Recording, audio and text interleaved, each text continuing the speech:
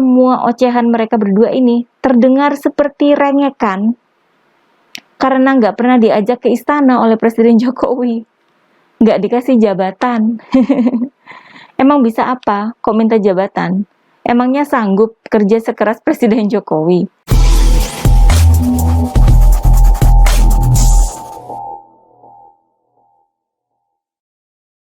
Halo guys, kembali bersama saya Nina Nur. Kita akan mengulik dunia politik dengan awas, waras, dan cerdas.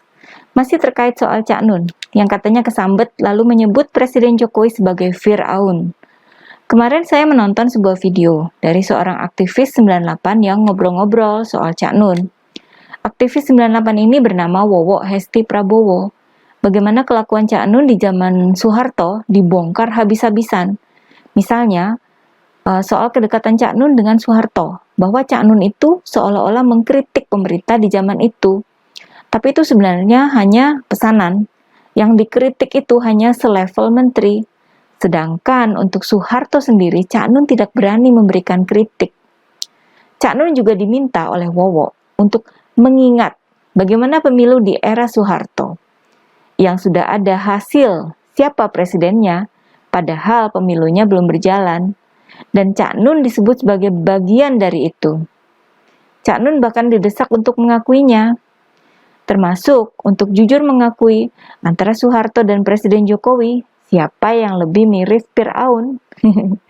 Klimaksnya adalah ketika Cak Nun disebut ngamen oleh Wowo karena sudah lama nggak dapat job, katanya loh. Paham dong guys. Waduh, itu betul-betul menohok Cak Nun ya. Mana berani Cak Nun membalas semua tantangan aktivis 98 itu. Video itu sudah ditonton oleh lebih dari 313.000 netizen. Kebayangkan malunya Cak Nun? Belum lagi potongan video yang tersebar di media sosial. Dan juga yang ditulis di media.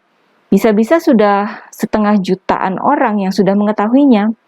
Sementara Cak Nun sendiri hanya bisa menyebut kesambet dan minta maaf tanpa berani menyebut nama Jokowi. Oh iya, saya kira Cak Nun ini bukannya arogan ketika tidak menyebut nama Presiden Jokowi dalam permintaan maafnya. Memang, nampaknya seperti arogan, merasa dirinya selevel dengan seorang presiden. Tapi, saya kira Cak Nun ini sebenarnya takut. Dia baru sadar bahwa tindakannya menjelek-jelekan Presiden Jokowi itu sama dengan semacam bunuh diri. Yakni ketika begitu banyak respon publik yang justru mengecam balik Cak Nun dan menguliti bagaimana Cak Nun sendiri pada rezim Orde Baru seperti video aktivis 98 itu. Dikiranya hanya dengan kata-kata dia bisa menafikan semua kerja keras seorang Jokowi.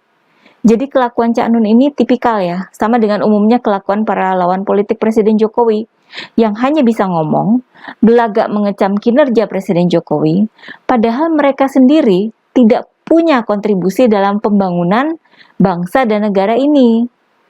Amin Rais juga 11-12. Amin Rais ini kan juga ikutan memainkan kisah Fir'aun, nebeng sama kehebohan yang disebabkan oleh Cak Nun. Amin Rais memaparkan kekejaman Fir'aun, termasuk adanya ratusan tukang sihir yang kerjanya menggertak dan meneror rakyat atas suruhan Fir'aun. Para tukang sihir Fir'aun itu disamakan dengan buzzer yang dapat bayaran tinggi. Amin Rais menyebut para buzzer ini dapat berseliweran di istana karena harga dirinya sudah dibeli. Bikin ketawa sih pernyataan Amin Rais ini. Di kuping saya, Amin Rais terdengar seperti orang yang iri karena tidak punya kesempatan bekerja di istana atau di dalam pemerintahan Presiden Jokowi. Sama halnya dengan Cak Nun itu, semua ocehan mereka berdua ini terdengar seperti rengekan karena nggak pernah diajak ke istana oleh Presiden Jokowi, nggak dikasih jabatan. Emang bisa apa kok minta jabatan? Emangnya sanggup kerja sekeras Presiden Jokowi? Amin Rais harusnya mendengar curhatan Zulkifli Hasan. Kenal dong Amin Rais sama Zulkifli Hasan. Sesudah beberapa bulan menjadi menteri di kabinet Jokowi, Zulkifli Hasan sebagai Menteri Perdagangan mengaku pernah ditelepon 9 kali dalam sehari oleh Presiden Jokowi. Begitulah cara Presiden Jokowi memicu semua menteri untuk bekerja secara maksimal. Oleh sebab itu, Zulkifli Hasan tidak kaget dengan hasil survei yang menyatakan bahwa 73,2% rakyat puas dengan kinerja Presiden Jokowi. Senang dong dengan hasilnya. Hasil sebagus itu tidak bakal bisa dicapai oleh orang-orang semacam Cak Nun dan Amin Rais. Saya sih nggak yakin mereka ini bisa bekerja sekeras menteri-menterinya Presiden Jokowi, karena mereka ini tidak bisa mengapresiasi upaya keras pemerintahan Presiden Jokowi agar negara ini stabil dan aman. Sementara negara-negara lain itu goyah ekonominya. Mereka ini bisanya cuma menghujat dengan memakai kata mengkritik. Padahal kalau dibalikin ke mereka sendiri, apa yang sudah mereka hasilkan atau kerjakan buat negara dan bangsa? Pasti susah kan ngasih jawabannya. Dikira hasil survei itu sekedar tipu-tipu. Begitu Cak Nun menjelek-jelekkan Presiden Jokowi, lalu kena sliding balik oleh para netizen dan berbagai pihak yang tidak terima presidennya dihina, baru Cak Nun sadar bahwa enggak semudah itu kalau mau menyerang Presiden Jokowi. Sadar apa enggak ya? Makin diserang, justru Presiden Jokowi makin dibela rakyat. Karena pihak Presiden Jokowi dan keluarga beliau sangat konsisten.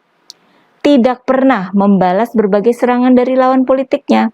Seperti kata Gibran, nggak perlu dikit-dikit lapor, kayak nggak punya kerjaan aja.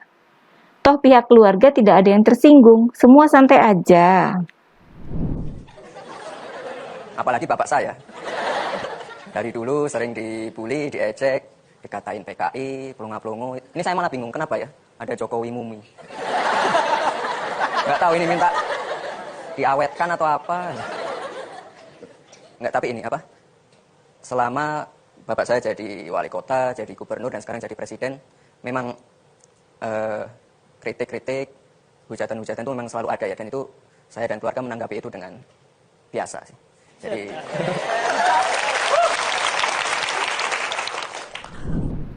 Presiden Jokowi tidak pernah merespon segala macam ocehan, tudingan, tuduhan, dan fitnah dari para lawan politiknya. Nggak level dong. Kasih aja hasil kerja Presiden Jokowi. Jalan tol, jembatan, bendungan, dan sebagainya. Mereka itu bakal terdiam sendiri.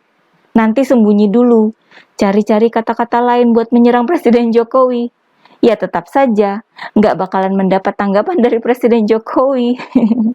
Makin diserang dan tetap diam saja, Presiden Jokowi makin didukung dan dibela rakyat.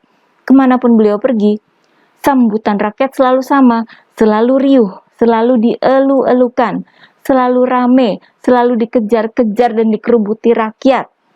Di Sulawesi, di Kalimantan, di mana saja.